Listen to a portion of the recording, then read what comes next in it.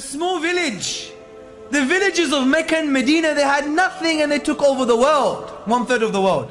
How on earth did they do this? They had no weapons. They had no technology. They had no academia. It was just them and Tawheed. Because they knew what Tawheed meant. It was here in the heart. Because when Allah says and His Messenger say, La hawla wa la quwwata illa billah, what does that mean? La hawla wa la quwwata illa billah. It's not a statement we say out of frustration when we spill tea on the floor. Many of us say that. But what does it mean, ikhwan akhawat? It means there is no true power except the power of Allah.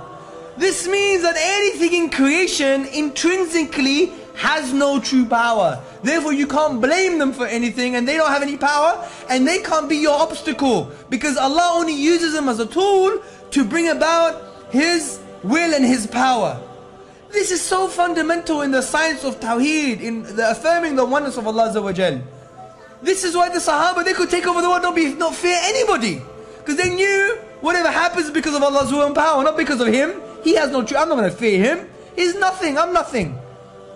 Do you see? And this is so important for us to understand. It would really empower us to have a new realm of possibility to achieve what we can achieve. This is why Abu Bakr radiallahu anhu, what did he do? Before leading the army, he would make dua to Allah so much as if he needed no one else but Allah. And when he was fighting on the battlefield, what did he do? What did he do? It's as if he needed no one else but himself. This is the Muslim. Wallahi, we fear the things that should not be feared. And we become victims. The language of victimhood is a disempowering language. You tell me when the Prophet ﷺ blamed anyone else for his situation. Tell me, when did he blame others, the Zionists, Fox News, BBC? When did he blame these people? Ikhwan, akhawat, wake up. We always want to be the victims. Yes, we are oppressed, we agree. But we don't have the mentality of the oppressed. Because we have Allah. Allah is our helper. Allah is our friend. We have Allah, they don't have Allah. Every situation is an opportunity for reward and success. And we should never have the victimhood mentality. Once you have the victimhood mentality, what do? You give power to the oppressor. He is the only one that is able to change your situation.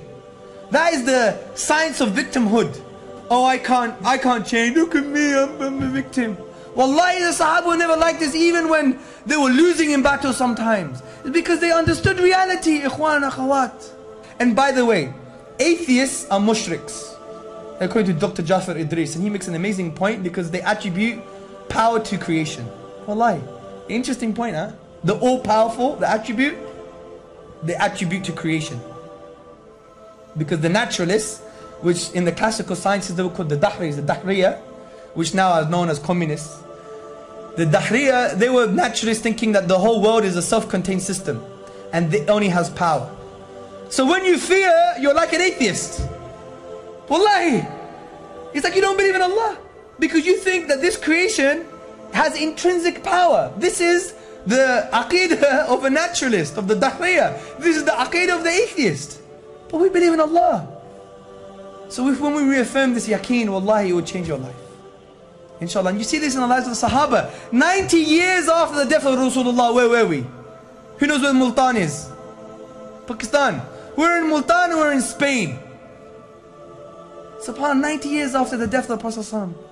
And it was only then that we decided to fix the masjid, by the way. It was still dripping with water. So that tells you how important buildings are in Islam. Not very important.